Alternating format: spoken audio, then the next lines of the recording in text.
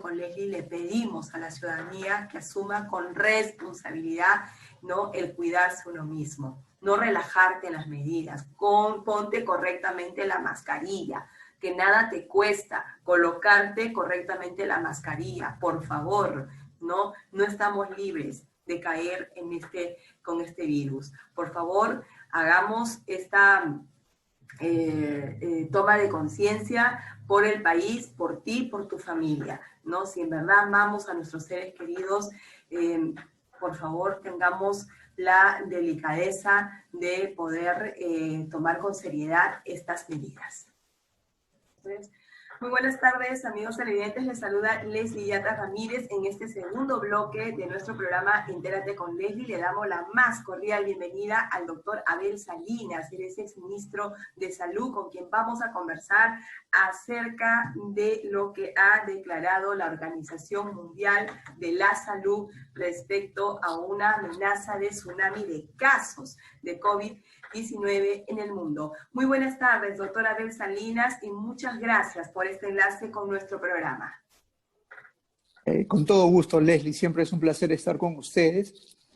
Y ciertamente yo creo que debemos estar muy atentos a las recomendaciones y las alertas que en su oportunidad la Organización Mundial de la Salud nos viene dando desde el inicio de la pandemia.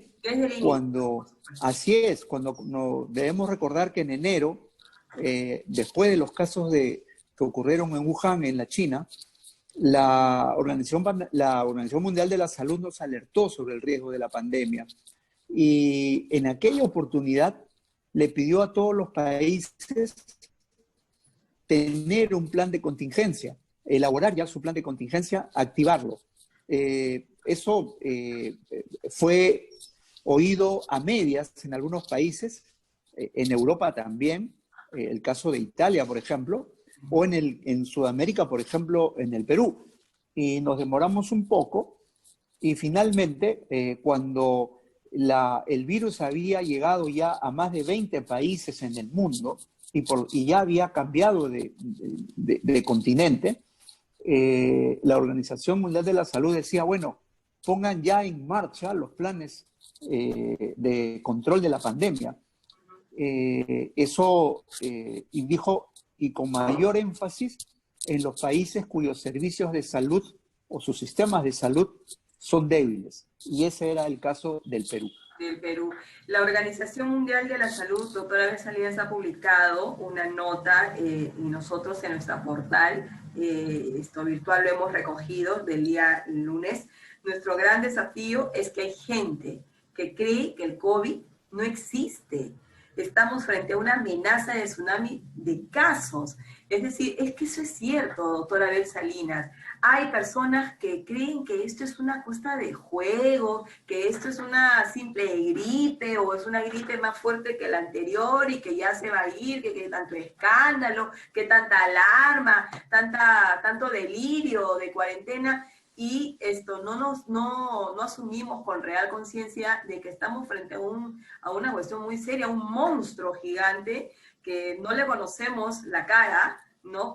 Pero sí le conocemos la fuerza que tiene, la fuerza devastadora que tiene, porque acaba con vidas, ¿no? Entonces, ¿qué tiene usted que decir al respecto sobre este primer punto? Porque vamos a ir con ustedes agregando estos puntos respecto a lo que acaba de señalar la Organización Mundial de la Salud. Hay gente que no cree que existe el COVID. No, definitivamente esta pandemia y este virus llegó al Perú y como todas las pandemias, va a tardar un tiempo en poder controlarla. Habitualmente las pandemias toman 2 o 3 años en cada país para poder decir que la hemos podido controlar. Y lo que tenemos en este momento es un riesgo inminente de una segunda ola, es decir, de la reaparición de nuevos casos. Y esto ya ocurrió en todas partes del mundo, está ocurriendo casi mayoritariamente, y por lo tanto también podría ocurrir en el Perú. Y se trata de estar estrictamente preparados para eso. Seguramente, y aquí yo quisiera, exactamente, creo que no hemos tomado una conciencia real de la magnitud y del impacto que puede tener, a pesar de los miles de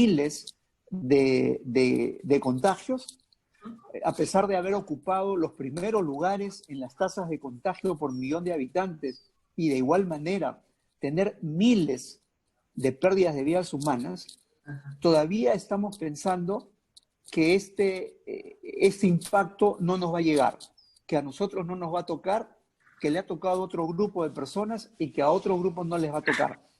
Y yo creo que aquí, Leslie, si usted me permite, una de las cosas que tenemos que hacer, porque significa un cambio, primero, en la concientización de las personas, en entender el problema, y además en adoptar hábitos, estilos de vida que sean preventivos, que sepan cómo cuidarse, esos hábitos sociales que tenemos que cambiar.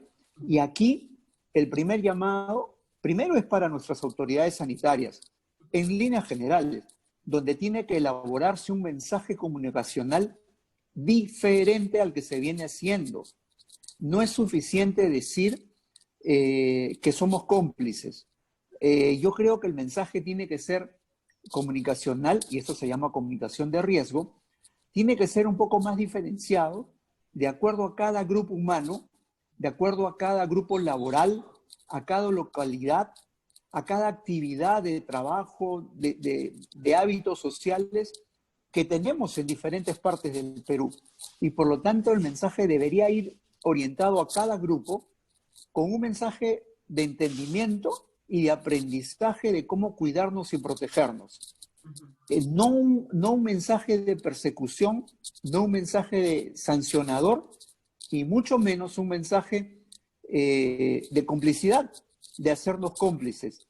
En realidad, lo que tenemos que hacer y debemos estar trabajando, no es un tema fácil, pero yo siento que ahí hay una gran debilidad de nuestras autoridades, y yo lo digo con mucho respeto, pero no puede ser el presidente de la República que nos tenga acostumbrados ya no a sus mensajes diarios, sino de los miércoles, pero donde no tiene un mensaje claro y más bien es contradictorio.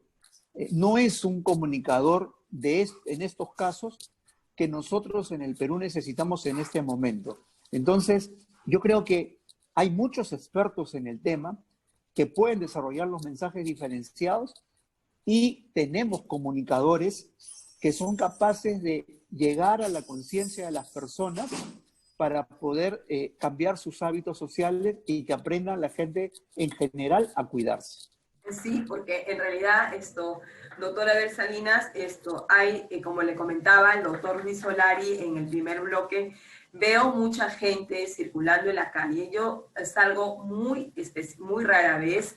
Nuestra plataforma es básicamente virtual, es de entrevistas. Yo no hago un periodismo de reportaje en calle. Por eso es que le digo que en realidad lo hacemos mucho de acá desde la plataforma virtual, pero sí salgo a lugares, y cuando salgo me detengo, observo conductas de personas y para mí son más que suficientes. Es más, he tenido que llamar la atención a varias de ellas con el debido respeto que me merecen, pero decirles, por favor, colócate bien las mascarillas, y se resienten, doctor, se resienten. La juventud sobre todo, ¿no? Cuando se le llama al orden, se resiente, ¿no? O pasa un señor y me está hablando, o entra a una bodega a comprar, porque las he visto con la mascarilla solamente que le tapa la boca, pero la nariz la tiene al descubierto. Entonces, ¿qué protección estamos viendo para la que le vende y para el que compra, ¿no? Y las personas que están alrededor? Eso también, por ejemplo, la Organización Mundial de la Salud habla con claridad en esta nota informativa, ¿no? Por ejemplo, dice, ¿por qué es que se está dando nuevamente este rebrote y más fuerte que en sus orígenes, ¿no? Mucho más fuerte, que podrían hasta triplicar el número de contagiados. ¿Por qué? Porque ya hay gente que está saliendo a reuniones sociales masivas, ¿no? Entonces, y el doctor Solari me decía, sí, pero por ejemplo, en el marco de actividades laborales, ¿no? Y de transporte siguen siendo los principales focos de contagio, me dice, porque ahí está lo desconocido. tú puedes hacer un seguimiento a tus conocidos, pero no al desconocido, ¿no? Entonces, ¿cuántas personas suben en los buses, ¿no? En el transporte y también en las actividades laborales cuando ya ahora está empezando a reactivarse? Entonces, doctor, ¿qué hacemos? ¿Qué hacemos con una ciudadanía que no entiende, que no asume conciencia, que se molesta cuando le dicen ponte bien la mascarilla? Se molesta, encima nos insultan. Entonces, eso es un tema que realmente desespera porque se le está diciendo para el bien de esa persona, ¿no? Pero a veces hasta da ganas de decir, bueno, pues ya mejor no le digas nada, ya que sea su problema, pero también el que sea su problema en este contexto no ayuda, porque este es un tema que todos tenemos que empujar el coche, ¿no? Entonces, Así es. ¿qué hacemos, doctor, con una ciudadanía que se resiente cuando le dicen que tienen o cuando la llaman al orden? Así es. Yo creo que aquí hay un mensaje que tiene que aclararse y yo diría en dos niveles. Es cierto, la ciudadanía no está recibiendo, y me reitero en lo mismo y coincido con el doctor Solari, la ciudadanía no está acatando el mensaje, no lo está interiorizando y probablemente porque no está viniendo en forma adecuada, como hemos hablado al principio. No es un mensaje bien desarrollado. Y además, porque el doctor Solari tiene mucho de cierto en lo que afirma. Fíjense, no es posible que el gobierno insista en que los contagios se han dado porque la gente va a las reuniones familiares. Eso no es cierto y nadie lo ha demostrado. Desde luego que cuando hay más gente puede haber más contagios. Pero eso, si lo llevamos a una escala de valores, no tiene ningún impacto donde se reúnan 8 o 10 personas en una familia, por decir algo. Si lo llevamos más bien al transporte público, donde son cientos de personas, y basta mirar cómo funciona el transporte público, el transporte informal, basta mirarlo, cómo la gente y los propios trabajadores informales de transporte público, obviamente cada pasajero es un ingreso y no importa cómo suban, no importa si guardan distancia o no, no importa nada de eso, sino más pasajeros para tener más ingresos, cómo la gente se aglomera en el transporte de ese tipo, en el transporte formal, como puede ser el metropolitano, también ocurre, hay un cierto control a una parte y después se pierde, o inclusive en algunas actividades laborales, como bien dice el doctor Solari, como el comercio informal, y que lamentablemente el comercio informal se está dando porque la pobreza ha incrementado, porque han habido millones de pérdidas de puestos de trabajo, y los puestos de trabajo que se están recuperando son precisamente informales. La gente que no tiene otra cosa que hacer porque perdió su trabajo, porque tuvo que cerrar su pequeño kiosco donde hacía reparaciones o el taller que tenía y ahora tiene que trabajar en la calle vendiendo lo que sea, como sea, en eso que denominamos el comercio informal. En consecuencia, ahí donde no hay ningún tipo de control, es donde se da el verdadero contagio. Sí. Y entonces el gobierno tiene que ser sincero, no tiene que decirnos, y ahí va otra vez el tema de la complicidad. Nos están diciendo, es que ustedes porque se reúnen con la familia. Eso no es cierto. En realidad, el mayor contagio existe en el transporte público, e inclusive el transporte público informal y en el comercio informal. En las oficinas Así es. Y en el comercio ambulatorio.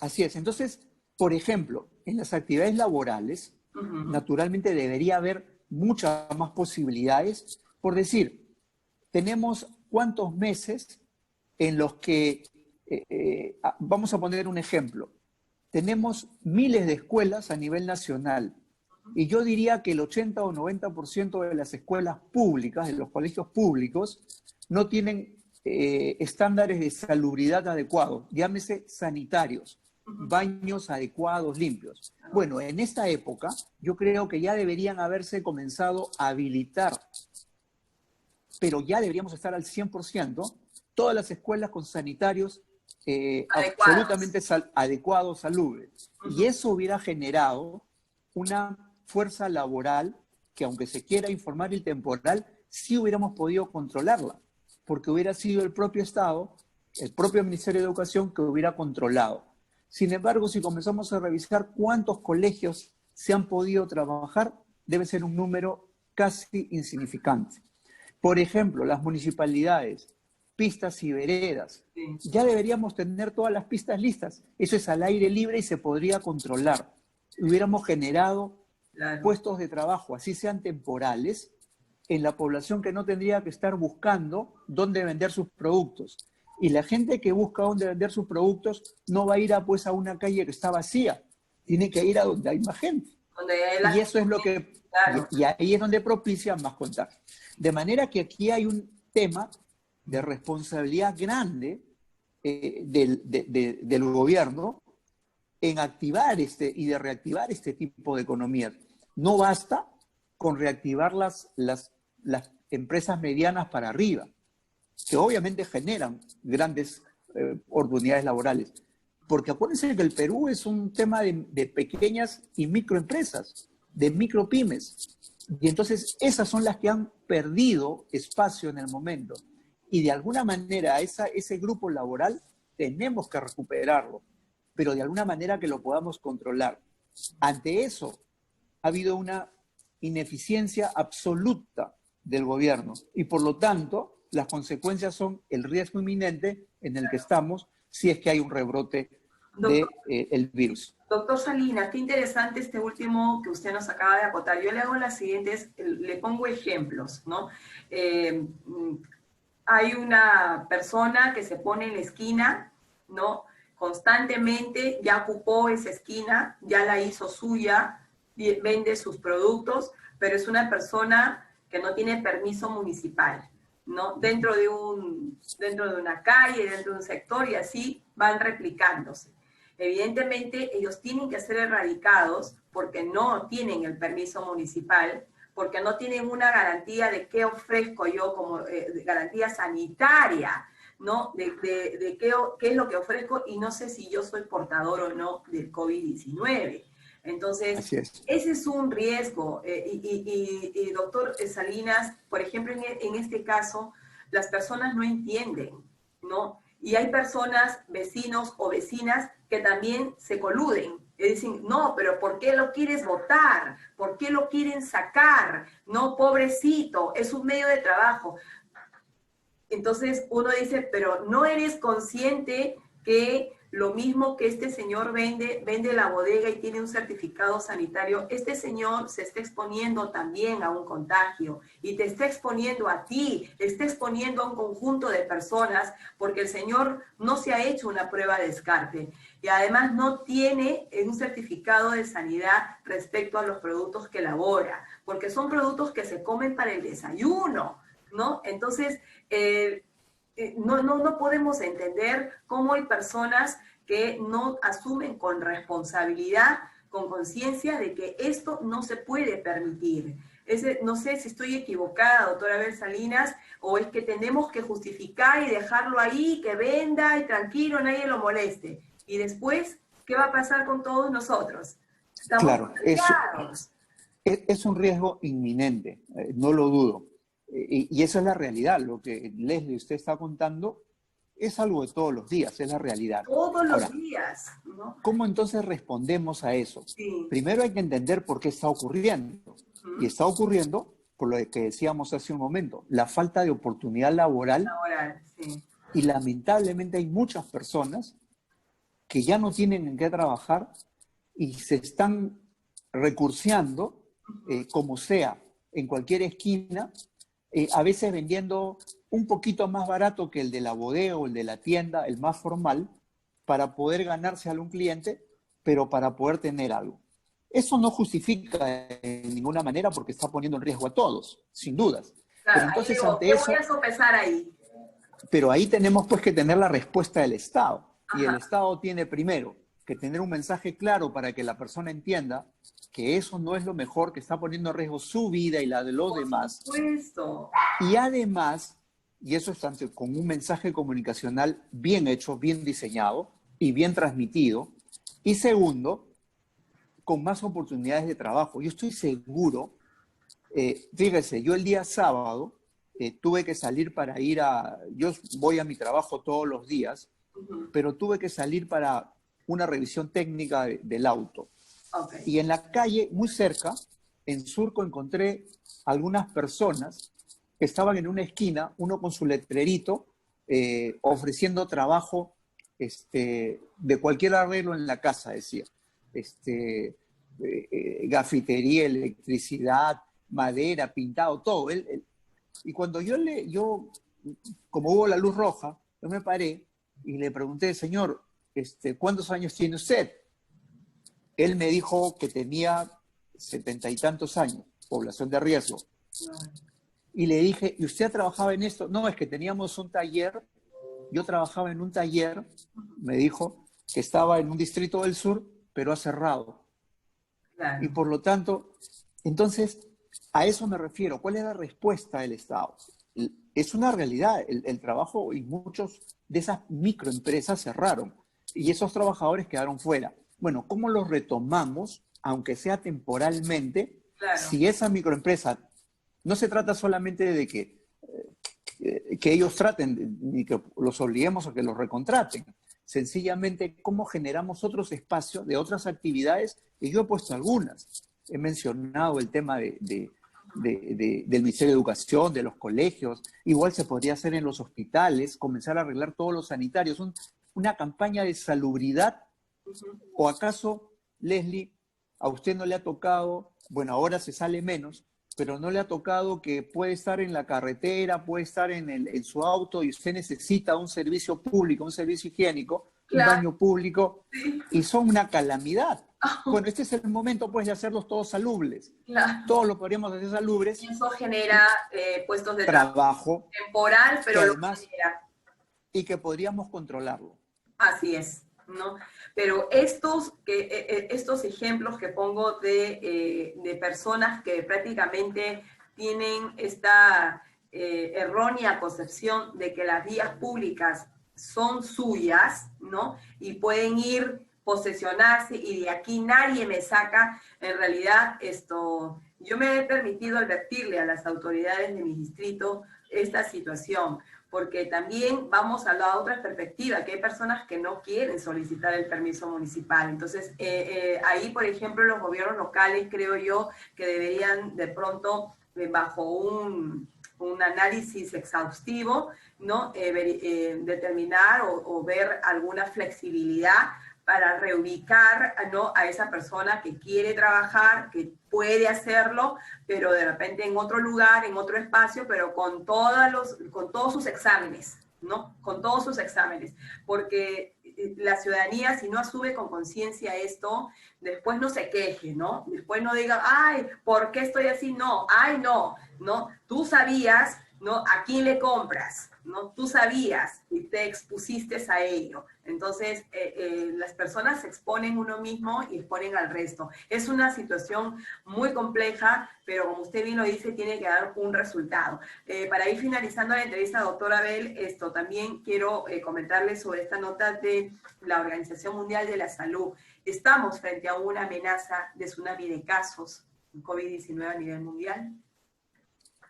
Sí, sin dudas. Yo creo que la pandemia tiene un comportamiento que con algunas variaciones viene ocurriendo de país en país.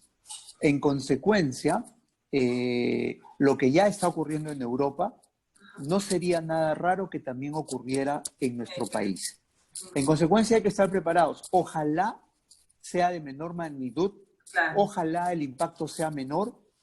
Sin embargo, mucho me temo que todavía no hemos hecho las correcciones en todo nivel, desde el ciudadano a pie, el ciudadano de a pie, es cierto, al que usted se refiere muy bien, Leslie, y pasando por todos nosotros hasta llegar a la máxima autoridad del Estado.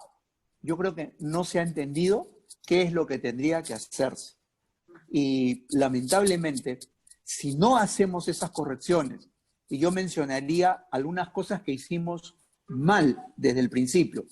Por ejemplo, no hacer pruebas moleculares fue un craso error, de manera tal que eso tiene que corregirse ya.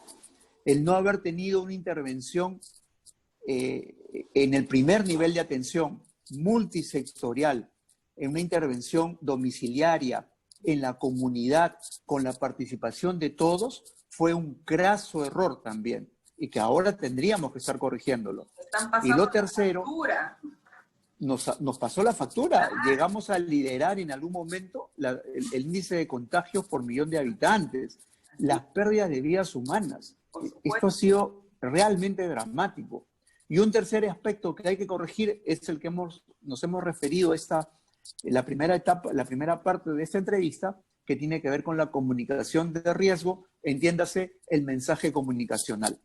Entonces, esas tres cosas tenemos que cambiarlas. Yo entiendo y he visto con mucha simpatía la presencia de nuestro viceministro de Salud Pública, el doctor Suárez Ognio, que es una persona sumamente capacitada, con mucha experiencia en el control de epidemias, y hay que reconocerlo.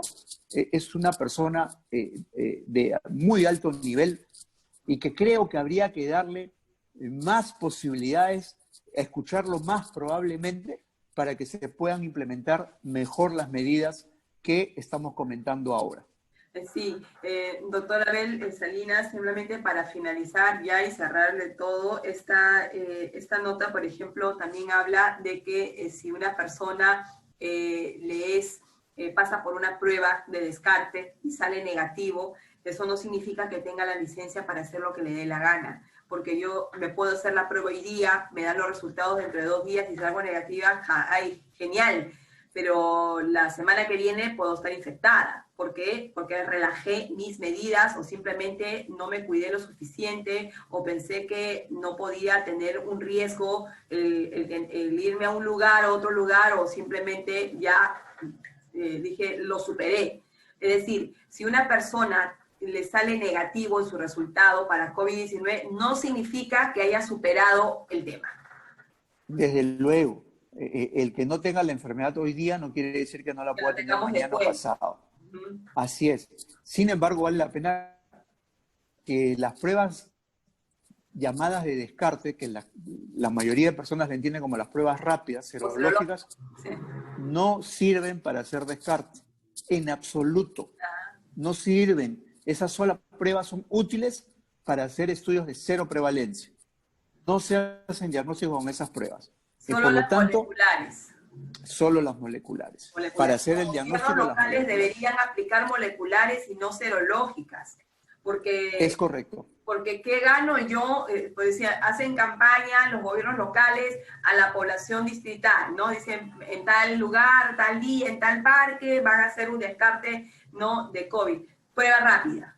Pero eso no es un descarte, ¿no? No es descarte.